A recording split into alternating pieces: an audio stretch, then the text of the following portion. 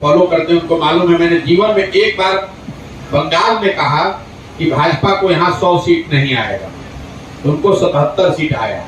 मैंने बिहार के संदर्भ में कहा है कि जदयू को एज ए दल लोकसभा चुनाव में 5 सीट भी नहीं आएगा। अगर आ जाए तो मैं पूरे बिहार की जनता के सामने खड़े होकर माफी मांगने को तैयार है। आ ही नहीं सकता। 22 वर्ष का हो चुका है। 22 वर्ष के होने के बाद 22.5 वर्ष के होने के बाद कुदरत का ये देना है। ये लड़का बोल रहा है कि जो बिहार में शिक्षा व्यवस्था की रीढ़ जो है टूट चुकी है। मैं बीटेक का छात्र हूँ, मुझे जिस तरह से पढ़ाई मिलनी चाहिए वो नहीं मिल रहा है। और इसी कड़ी में मुझे जन स्वराज अभियान के तहत लोगों ने जानकारी दिया। मैं प्रशांत किशोर के साथ कदम से कदम मिला करके चल रहा हूँ बिहार की शिक्षा व्यवस्था को बदलने के लिए। एंड दशा एंड दुर्दशा आपको घूमने से बिहार का बदलने वाला है क्या? वो प्रशांत किशोर उससे पहले संयुक्त राष्ट्र संघ में भी 10 साल काम करते थे, जो आपको शायद जानकारी नहीं है। 10 साल हमने संयुक्त राष्ट्र संघ में काम किया, फिर उस काम को छोड़े और जिस काम को हम करते थे जो आप जानते हैं, उस काम को हमने 2011 से 2021 तक किया। और आप 2-4 राज्य का नाम में रखे हैं, हम ऐसे 10 राज्यों में हमने काम किया है और हमको भगवान की कृपा से थोड़ी सफलता भी मिली। लेकिन 2021 में दो मई 2021 को मैंने सार्वजनिक तौर पर देश में सभी मीडिया हाउस के सामने ये घोषणा की है कि मैं अब जीवन में वो काम छोड़ रहा हूँ, अपने लिए जीवन में कुछ नया करूँगा। 1 बरस छोड़ने के बाद, सोचने समझने के बाद हमने तय किया है कि बिहार में, क्योंकि मेरा जन्म यहीं हुआ, मैं इसी मिट्टी में जन्मा हूँ, तो मैं ऐसा समझता हूँ कि अगर भगवान ने हमको शक्ति, बुद्धि, साधन, व्यवस्था दिया है तो मुझे अपने राज्य की दशा को सुधारने के लिए प्रयास करना चाहिए। इसीलिए पिछले साल से हम आकर ये काम कर रहे हैं। 1.5 बरस से किसी ने जितनी मेहनत न की हो उतनी मेहनत कर रहे हैं। सफलता मिलना नहीं मिलना ये हमारा उद्देश्य नहीं है। हमारा उद्देश्य है कि मैं ईमानदारी से इस प्रयास को करूं और मेरा विश्वास है कि अगर ईमानदारी से प्रयास ये होगा तो निश्चित तौर पर बिहार में लोगों को ये बात समझ में आएगी। कौन नहीं चाहता है कि उसका विकास हो? कौन नहीं चाहेगा कि उसका बच्चा अच्छा पढ़े? कौन नहीं चाहेगा कि उसके बच्चों को मजदूरी करने के लिए बाहर नहीं जाना पड़े? जरूरत इस बात की है कि समाज में ईमानदारी से प्रयास किया जाए, लोगों को जगाया जाए, समझाया जाए। और मेरा विश्वास है कि जन स्वराज के बैनर के तहत ये काम किया जा सकता है। सीतामढ़ी कैसा लगा? सीतामढ़ी कैसा लगा आपको? देखिए, कैसा लगा ये कहना तो बड़ा मुश्किल है। एक तो व्यक्तिगत बात है कि आप सीतामढ़ी आए, आपको अच्छा लगा, खराब लगा, लेकिन विकास के नजरिए से, लोगों के नजरिए से मैंने आपको पहले बताया कि सीतामढ़ी अभी तक के जितने जिलों में मैं घूम कर आया हूँ उसमें शायद सबसे गरीब और पिछड़े जिलों में इसको मैं रखूंगा। लोगों की जो परेशानी, बदहाली है वो किसी दूसरे जिलों के मुकाबले कहीं ज्यादा ही है, कम नहीं है। तो उस नजरिए से सीतामढ़ी में जो पदयात्रा है और लोगों की जो परिस्थिति है वो दुखद लगी। बीजेपी के साथ फिर जा सकते हैं? कौन? नीतीश कुमार। नीतीश कुमार किसके साथ जा सकते हैं ये खुद स्वयं नीतीश कुमार भी नहीं बता सकते। नीतीश कुमार की जो राजनीति करते हैं, आप लोग भी पत्रकार हैं, बिहार में लंबे समय से उनको आपने देखा होगा। नीतीश कुमार जी की राजनीति का जो तरीका है कि वो एक दरवाजा रखते हैं जो सामने पब्लिक को दिखता है। अभी वो दरवाजा महागठबंधन है।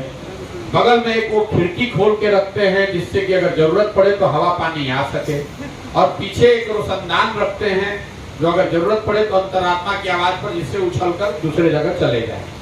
तो इस व्यवस्था में आप देख रहे हैं कि महागठबंधन के साथ सरकार चला रहे हैं।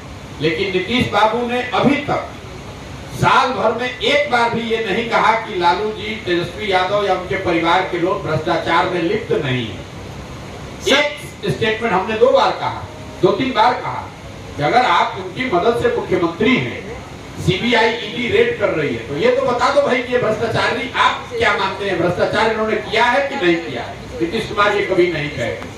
किसी दिन पहुंच जाएंगे वाजपेयी जी के समाधि पर, किसी दिन दीनदयाल उपाध्याय जी का वार्षिकोत्सव में शामिल हो गए, किसी दिन प्रधानमंत्री के डिनर में चले गए। ये उनकी खिड़की है। ये खिड़की दिखाकर दरवाजे को बताते रहते हैं कि देखो भैया, अगर तुम्हारे यहाँ से हवा पानी नहीं आएगा तो खिड़की से रास्ता निकाल लेंगे। और हरिवंश जी उनके रोशनदान है। आप जरा समझिए, जिस राज्यसभा में हर कानून को बनाने के लिए इतनी दिक्कत होती है, भाजपा का अगर वहां कोई कानून गिर जाए तो सरकार गिर जाएगी, वहां पर सबको हटाया गया, लेकिन उप सभापति हरिवंश जी को भाजपा ने नहीं हटाया, जदयू ने भी नहीं हटाया। ऐसा क्यों भाई? बिहार विधानसभा विधान परिषद में अध्यक्ष बदल दिए गए, राज्यसभा का उपाध्यक्ष नहीं बदला गया। वो इसलिए कि हरिवंश जी वही रोशनदान है कि कल होकर नीतीश बाबू को जरूरत पड़ जाए तो उनके माध्यम से भाजपा के लीडरशिप से वो बात कर सके, भाग सके। नीतीश कुमार जी के जीवन में आज इतनी ही प्राथमिकता है कि किसी तरह मेरी कुर्सी बची रहे, बिहार जाए चूल्हे भाड़ में, जिस व्यवस्था से भी हम बने रहे, बस उनकी इतनी प्राथमिकता रह गई है। और इसके लिए कोई आपको पत्रकार और प्रशांत किशोर होने की जरूरत नहीं है, बिहार का बच्चा बच्चा इस बात को जानता है। पटना में जो दीघा पुल जो बना है सर, जातीय सर्वे पर पहली बात तो ये जनगणना नहीं है, और आप लोग रोज ये गलती करते हैं, ये जनगणना नहीं है, सर्वे। जब सर्वे हो रहा था, होने की बात हो रही थी, तब से मैं आपको लगातार कह रहा हूँ कि किसी प्रकार के सर्वे से जिससे समाज की संख्या, उनकी स्थिति के बारे में बेहतर जानकारी हो, उसमें कोई दिक्कत नहीं है, अगर आपकी नीयत ठीक हो तो। नीतीश कुमार जी की नीयत ये नहीं है कि वो पिछड़ों को या वंचितों को कुछ दे दें। आपको ये सवाल पूछना चाहिए कि भाई लालू जी, नीतीश जी 32 वर्ष से सत्ता में है बिहार में, अगर ये इतना बड़ा क्रांतिकारी कदम है तो 32 वर्ष से आपने ये सर्वे क्यों नहीं कराया? ये आज आपको अकल क्यों आई? केंद्र सरकार से आपको पूछने की पहले भी जरूरत नहीं थी, आप पहले भी करा सकते थे। ये जरूरत इसलिए पड़ी है कि राजनीति के चौसर पर ये अंतिम पासा नीतीश कुमार ने फेंका है कि समाज को बांट कर किसी तरह एक बार और बेहतरनी पार लग जाए। नतीजा उल्टा हो गया, जिसकी संख्या बढ़ाकर आई वो अपनी भागीदारी मांग रहा है, और जिसकी संख्या आपने घटाई है वो नाराज हो रहा है। दोनों से मार पड़ रही है। आप जरा बताइए, आप कह रहे हैं कि जिसकी संख्या जितनी है उतनी उसकी भागीदारी होनी चाहिए, तो भागीदारी मारकर बैठा कौन है?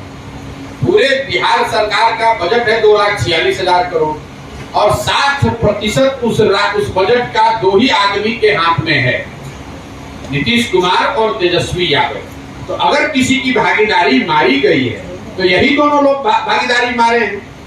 जरा नीतीश कुमार और लालू जी की पार्टी ये बता दे कि कितने अति पिछड़ों को उन्होंने टिकट दिया है, कितने मुसलमान भाइयों को उन्होंने, दलितों को टिकट दिया है, कितने उनके विधायक अति पिछड़ा और दलित और मुसलमान समाज के हैं, और सबसे बढ़ के उनके मंत्रिमंडल में इन समाज के कितने लोग मंत्री हैं और किन विभाग के वो मंत्री हैं। तेजस्वी जी 3 विभाग के मंत्री हैं, उन विभागों का बजट जरा देख लीजिए। और अगर अति पिछड़ा और दलित समाज का अगर कोई मंत्री है तो उसका डिपार्टमेंट जरा देख लीजिए। तो मैं तो जातीय सर्वे के माध्यम से, इसके हवाले से, आपके माध्यम से ये आह्वान कर रहा हूँ कि पथ निर्माण विभाग, स्वास्थ्य विभाग, शिक्षा विभाग, वित्त विभाग, जो अति पिछड़े समाज के लोग हैं, विधायक हैं, मंत्री हैं, उनको दिया जाना चाहिए।